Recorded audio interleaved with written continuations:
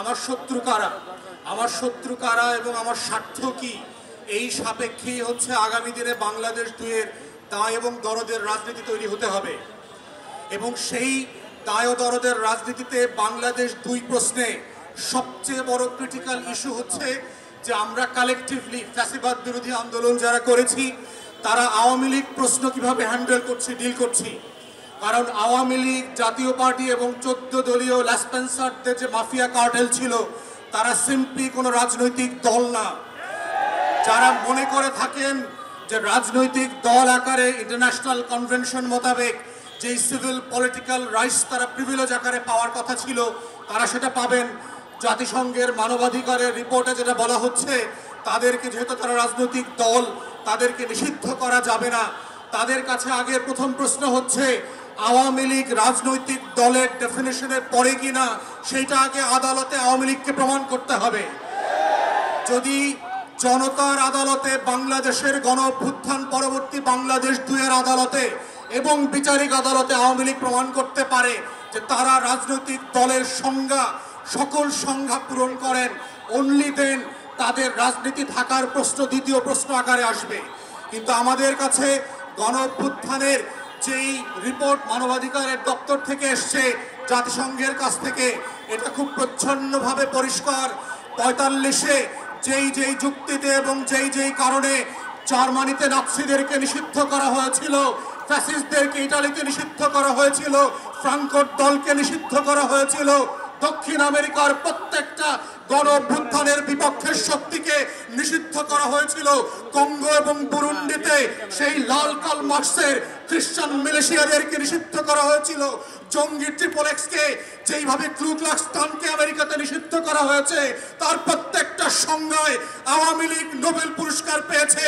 এবং ঠিক একই কারণে আওয়ামী লীগ নামক কোন এন্টিটির রাজনৈতিক দল আকারে কোনো সুবিধা পাবার কোনো সুযোগ 24-এর গণ অভ্যুত্থানের পরে স্বাধীন বাংলাদেশে আর থাকতে পারে না। অতএব 1400 শহীদের রক্ত দিয়ে দেয়ালে দেয়ালে আওয়ামী লীগের ভবিষ্যৎ লেখা হয়ে গেছে। ওই ভবিষ্যৎ কোন কালো কালি দিয়ে মুছে দিয়ে আবার নতুন করে লেখবার প্রয়োজন হবে না। তাই প্রশ্ন হচ্ছে আওয়ামী লীগ প্রশ্ন আমরা কিভাবে ডিল করব, এটাই হচ্ছে সম্মিলিত সিদ্ধান্তের জায়গা।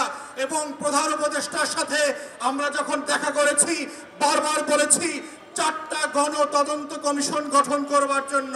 তার ভিতরে আজকের ইনকিলাব মঞ্চ যাদের কথা বলছে, যাদের দাবি নিয়ে আজকে হাজির হয়েছে, তাদের প্রত্যেকের ব্যাপারে আমরা বলেছি শাপলার গণহত্যার জন্য গণতদন্ত কমিশন করতে হবে, পিলখানার গণহত্যার জন্য গণতদন্ত কমিশন করতে হবে।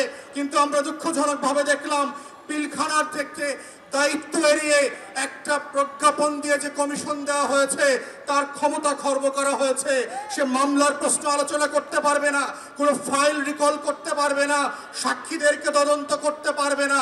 ঠিক এইভাবে একই চক্রান্ত করে একটা আইওয়াশের কমিশন দিয়ে বাংলাদেশে আবার নতুন ষড়যন্ত্র হচ্ছে। যারা 2009 সালে আমার স্বাধীনতা সার্বভৌমত্বের 2টা ফোর্সকে এট এ টাইম ধ্বংস করে দিয়েছে, তাদেরকে বিচারিক আদালতের মাধ্যমে, কমিশনের মাধ্যমে বাঁচিয়ে দেবার নতুন ব্লু কলার ক্রাইমের শুরু হয়েছে। এই কমিশনকে দায়িত্ব খর্ব করে যেটা করা হয়েছে সেটাকে আমরা প্রত্যাখ্যান করছি এবং আমরা বলছি নতুন করে প্রজ্ঞাপন দিয়ে তার টার্মস অফ রেফারেন্সকে রিভাইজ করতে হবে এবং গণ তদন্ত কমিশনের ফর্মে নিয়ে আসতে হবে। আমরা তৃতীয় বলেছিলাম বাংলাদেশে গুম, খুন, আয়নাঘর থেকে শুরু করে গত 16 বছরে যেই রাষ্ট্রীয় মদদে খুন খারাপির রাজত্ব কায়েম করা হয়েছিল সেটার জন্য গণতদন্ত কমিশন করতে হবে। ঠিক একইভাবে দেখলাম একটা গুম কমিশন করা হয়েছে যার ক্ষমতা নাই, যাকে অযোগ্য লোক দেওয়া হয়েছে, পাবলিকলি সাফিসিয়েন্টলি ম্যান পাওয়ার দেওয়া হয় নাই। গণতদন্তের যে ফর্ম আমরা বলেছি, যে কাঠামো প্রস্তাব করেছিলাম সেই কাঠামো পর্যন্ত দেওয়া হয় নাই। ঠিক একইভাবে প্রধান উপদেষ্টাকে আমরা বলেছিলাম জুলাই আগস্টের গণ অভ্যুত্থানকে ঘিরে একটা গণতদন্ত কমিশন করেন এবং আমরা এটার ফরম্যাট পর্যন্ত একাধিক উপদেষ্টাকে দিয়েছি। আমেরিকার কংগ্রেশনাল হিয়ারিং এর মডেলে, সিনেট হিয়ারিং এর মডেলে, ব্রিটিশ এবং ইউরোপিয়ান পার্লামেন্টগুলোতে যেভাবে উন্মুক্ত শুনানি হয় সেই শুনানির মডেলে করে সেইখানে গণতদন্ত কমিশন হতে হবে। আজকের ইনকিলাব মঞ্চে এসে যেইভাবে শহীদরা তাদের বক্তব্যের কথা বলছে সেই উন্মুক্ত শুনানিতে যেটা পিটিভি লাইভ সম্প্রচার করবে সেখানে শহীদ পরিবার এসে তার গল্পের কথা বলবে, তার কষ্টের কথা বলবে, তার আকাঙ্ক্ষার কথা বলবে। আগামী দিনে আওয়ামী লীগের রাজনীতি থাকবে কি থাকবে না সেই কথা 1400 শহীদ পরিবারকে সিদ্ধান্ত নিতে হবে। কোন সুশীল উপদেষ্টার কথায়, কোন শাশুড়ির কথায়, দিল্লির কথায় সেই সিদ্ধান্ত হবে না। আমাদের বক্তব্য খুব পরিষ্কার, গণঅভ্যুত্থানের পক্ষের শক্তিরা গণতদন্ত কমিশনে গিয়ে উন্মুক্ত শুনানিতে অংশ নিয়ে বাংলাদেশের কোটি কোটি নাগরিক যেখানে নিবন্ধন করে তাদের মতামত দিতে পারবে সেই মতামতের উপরে ভিত্তি করে আওয়ামী লীগ প্রশ্ন, গণহত্যার প্রশ্ন, জাতীয় পার্টি এবং 14 দলীয় দিল্লির গোলামদের ভবিষ্যৎ কি হবে সেইটা সিদ্ধান্ত নিতে হবে এবং সেই সিদ্ধান্তের উপরে ভিত্তি করে আওয়ামী লীগের ভবিষ্যৎ নির্ণীত হবে। এই প্রস্তাব দেবার 7 মাস 8 মাস পেরিয়ে গেলে পরে আমরা দেখতে পাচ্ছি জুলাই গণহত্যা নিয়ে কোনো উচ্চবাচ্য করবার আয়োজন দেখতে পাচ্ছি না। জুলাইয়ের গণকবর যেটা আমরা আগস্ট সেপ্টেম্বরে ভিজিট করেছি সেইখানে উপদেষ্টাদের যাবার কোনো মদত দেখতে পাচ্ছি না। অথচ এখানে অনেক উপদেষ্টা দেখেছি 71-এর চেতনা বিক্রি করতে করতে 14ই ডিসেম্বরের শহীদদের কবর জিয়ারত করতে করতে মুখে ফেনা তুলে ফেলেছেন, কিন্তু রায়ের বাজার বধ্যভূমিতে জুলাইয়ের 114 শহীদের কবর জিয়ারত করার সময় তাদের নাই।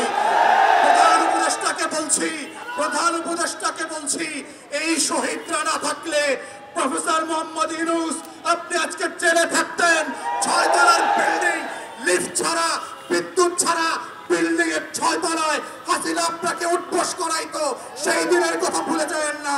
আপনার মামলাগুলো আজকে আদালত দিয়ে নাই করে দিয়েছেন, এই নাই করার রাজনীতি হইতো না, আপনার মামলা চলতো। যাদের রক্তের কারণে আজকে আপনি বেকসুর খালাস, যাদের রক্তের কারণে আপনি প্রধান উপদেষ্টা হয়েছেন, তাদের রক্তের বদলা যদি না নেন আপনাকে আগামী দিনের মানুষ ক্ষমা করবে না। বাঙালির চরিত্র বুঝতে হবে। তারা প্যারিস থেকে এসে এদের নায়ক যেভাবে বানাইতে পারে তারা মির্জাফরের মতো খলনায়ক বানাইতে পারে। এই রক্ত দেওয়া শহীদ পরিবারের এই ইতিহাস ভুলে যাবেন না। তাই আমাদের বক্তব্য হচ্ছে গণতদন্ত কমিশনের মধ্য দিয়ে আওয়ামী লীগ প্রশ্ন রিজলভ করেন এবং আমরা বারবার বলেছি বিভিন্ন প্রেসে এবং টকশোতে কি অপশন হতে পারে। প্রথম অপশন হচ্ছে নাৎসি মডেলে আপনি আউটরাইট আওয়ামী লীগ, জাতীয় পার্টি এবং 14 দলকে নিষিদ্ধ করে দেবেন। দ্বিতীয় অপশন হচ্ছে যদি ট্রুথ অ্যান্ড রিকনসিলিয়েশন ফর্মে যান সাউথ আফ্রিকার মডেলে, তাহলে কাদের বিচার করবেন, কোন কোন অপরাধের বিচার করবেন আর কাদেরকে তওবা কমিশন করে হেফাজতের আলেমদের সামনে ক্ষমা চাওয়া মাফ করাইতে হবে সেইটা আলাদা করতে হবে। তাদেরকে আওয়ামী লীগ যেহেতু আমাদেরকে 3টা নির্বাচন থেকে বঞ্চিত করেছে, তার রাজনীতি নিষিদ্ধ না হলেও আগামী 3টা নির্বাচনকে আওয়ামী লীগ এবং জাতীয় পার্টিকে ন্যায্যতার ভিত্তিতে বঞ্চিত করতে হবে, কারণ সে জাতিকে নির্বাচন করতে দেয় নাই, ভোট দিতে দেয় নাই। আওয়ামী লীগের কোন পদস্থ নেতা ওয়ার্ড ইউনিয়ন থেকে শুরু করে যারা এমপি মন্ত্রী হয়েছে গত 16 বছর তারা বাংলাদেশে আর কোনোদিন রাজনীতি করতে পারবে না। ঠিক এইরকম শর্ত করে গণতদন্ত কমিশনের মাধ্যমে প্রয়োজনে গণভোটে দিয়ে আওয়ামী লীগ, জাতীয় পার্টির প্রশ্ন ন্যায্যতার ভিত্তিতে সমাধান করবার মধ্য দিয়েই আজকের এই শহীদদের বিচার ফয়সালা হইতে হবে। এই দাবি আহ্বান রেখে আমার বক্তব্য এখানেই শেষ করছি। সবাইকে অসংখ্য ধন্যবাদ। আসসালামু আলাইকুম।